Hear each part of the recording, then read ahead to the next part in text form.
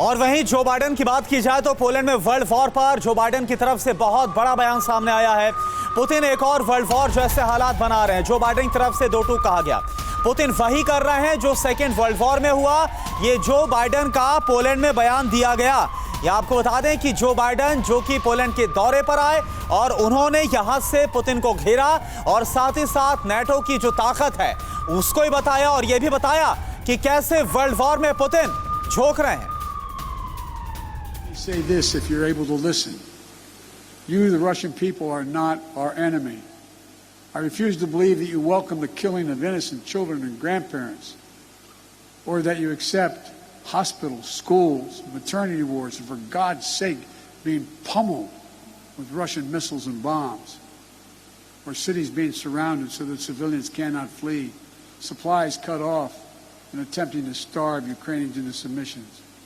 Millions of families are being driven from their homes, including half of all Ukraine's children. These are not the actions of a great nation. Of all people, you, the Russian people, as well as all people across Europe, still have the memory of being in a similar situation in the late 30s and 40s. Situation in World War II, still fresh in the minds of many grandparents in the region.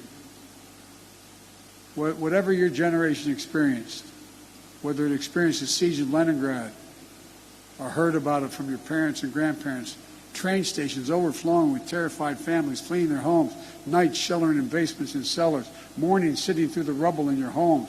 These are not memories of the past, not anymore, because it's exactly what the Russian army. देखिए बड़ी खबर है, Poland में American soldiers को Biden ने खुली छूट दे दी है। नेटो पर हमला हुआ तो बिल्कुल मत सोचना, ये कहा बाइडेन ने, नेटो के एक एक इंच की रक्षा करना हमारा मकसद, हमारा धर्म है। हमने नेटो की सुरक्षा की कसम खाई है, ये बोला बाइडेन ने। Yesterday I met with the troops that are serving alongside our Polish allies to bolster NATO's frontline defenses. The reason we want to make clear is their movement on Ukraine don't even think about moving on one single inch of NATO territory. We have sacred obligation. We have a sacred obligation under Article 5 to defend each and every inch of NATO territory. अब आप समझिए कि अमेरिकी राष्ट्रपति Joe Biden की तरफ से एक एक लफ्ज जो कहा गया वो हैरान करने वाला है। जो बाइडेन ने पुतिन के लिए और क्या कुछ कहा है, आप जरा उस पर गौर फरमाइए। और उसके बाद हमारे साथ खास मेहमान भी जुड़े हैं, उनका भी हम रुख करते हैं। पुतिन पर बहुत सख्त जो बाइडेन नजर आए हैं।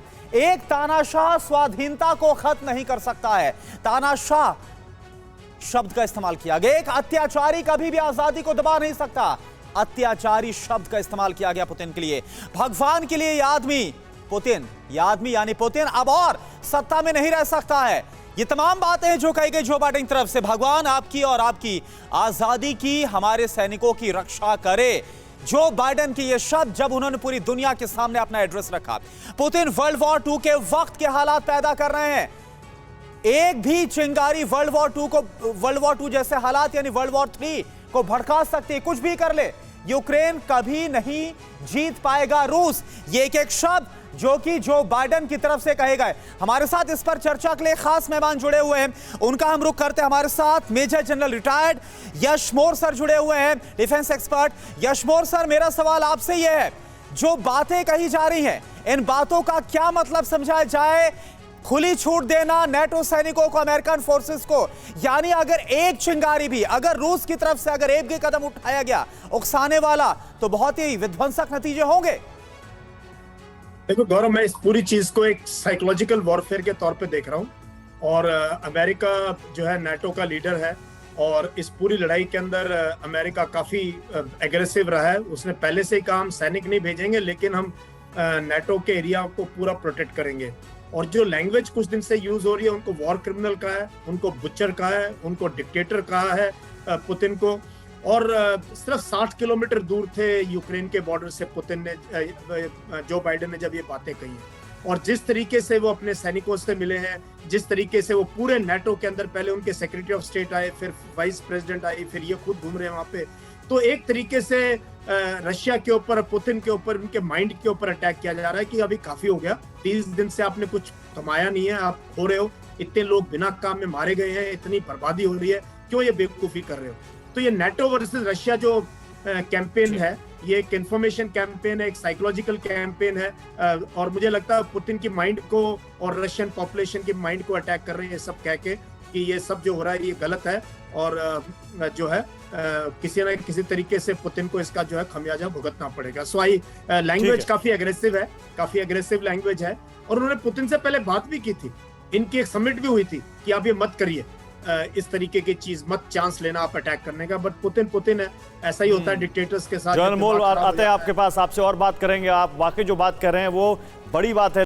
परवाह देश की, सोमवार से शुक्रवार रात 10 बजे TV9 भारतवर्ष पर।